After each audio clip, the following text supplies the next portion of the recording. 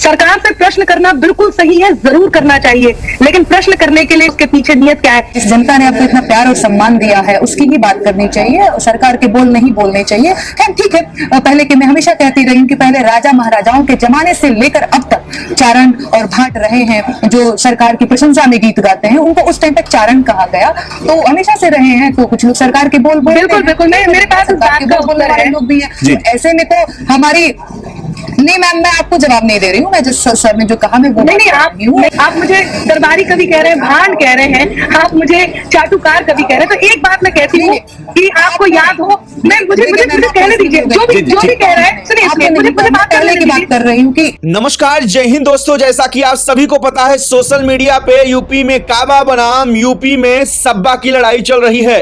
जब से यूपी में काबा सोशल मीडिया पे ट्रेंड करने लगा है, तब से बहुत से लोग नेहा सिंह राठौर को अपनी अपनी तरफ से जवाब दे रहे हैं। कोई कह रहा है यूपी में सब्बा, तो कोई कह रहा है यूपी में ईबा, तो कोई कह रहा है यूपी में बाबा।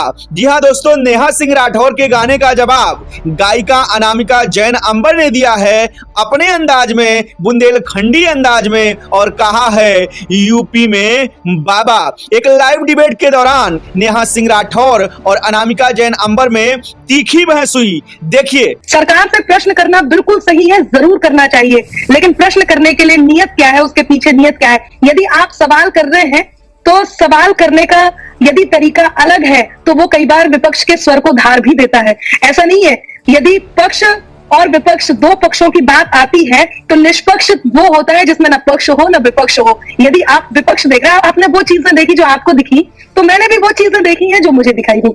आप ये नहीं कह सकते कि मुझे वो नहीं कहना चाहिए था, और व्यक्तिगत रूप से तो किसी को किसी के लिए कुछ कहना ही नहीं चाहिए। एक शेर मुझे याद आता है कि कीचड़ उनके पास था मेरे पास गुलाल, कीचड़ उनके पास था मेरे पास गुलाल, जिसके जो भी पास था उसने दिया उछाल। इस जनता ने आपको इतना प्यार और सम्मान दिया है, उसकी ही बात करनी चाहिए, सरकार के बोल नहीं बोलने चाहिए। खैर ठीक है, पहले के मैं हमेशा कहती रही हूँ कि पहले राजा महाराजाओं के जमाने से लेकर अब तक चारण और भाट रहे हैं जो सरकार की प्रशंसा में गीत गाते हैं, उनको उस टाइम तक चारण कहा गया, तो हमेशा से रहे हैं। तो कुछ लोग सरकार के बोल बिल्कुल बिल्कुल, मेरे पास इस बात का उत्तर है। लोग भी हैं, ऐसे में तो हमारी नहीं मैम, मैं आपको जवाब नहीं दे रही हूँ, मैं जिस सर ने जो कहा मैं वो नहीं, मैं समझ रही हूँ, मुझे पता है, मैं आपका बहुत सम्मान करती हूँ, हर कलाकार का सम्मान करती हूँ, और देखिए हिम्मत करना बड़ी बात होती है। सम्मान करती हूँ, मैंने कुछ कहा थोड़ी ना, लेकिन मैं यही कह रही हूँ।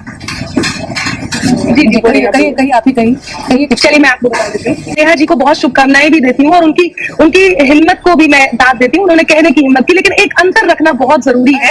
वो अंतर ये है कि आपकी भाषा मर्यादित हो। आप मुझे दरबारी कवि कह रहे हैं, भांड कह रहे हैं, आप मुझे चाटुकार कवि कह रहे हैं। तो एक बात मैं कहती हूँ कि आपको याद हो, मैं मुझे कहने दीजिए, जो भी कह रहा है सुनिए, मुझे बात कर रही हूँ कि हाँ, मैं भी वही कहती हूँ, लेकिन सच बता रही हूँ, नारी जब आगे बढ़ती है तो मुझे बहुत अंदर से प्रसन्नता होती है, और मैं इस बात का बहुत रिगार्ड करती हूँ। केवल अपनी बात रखती हूँ।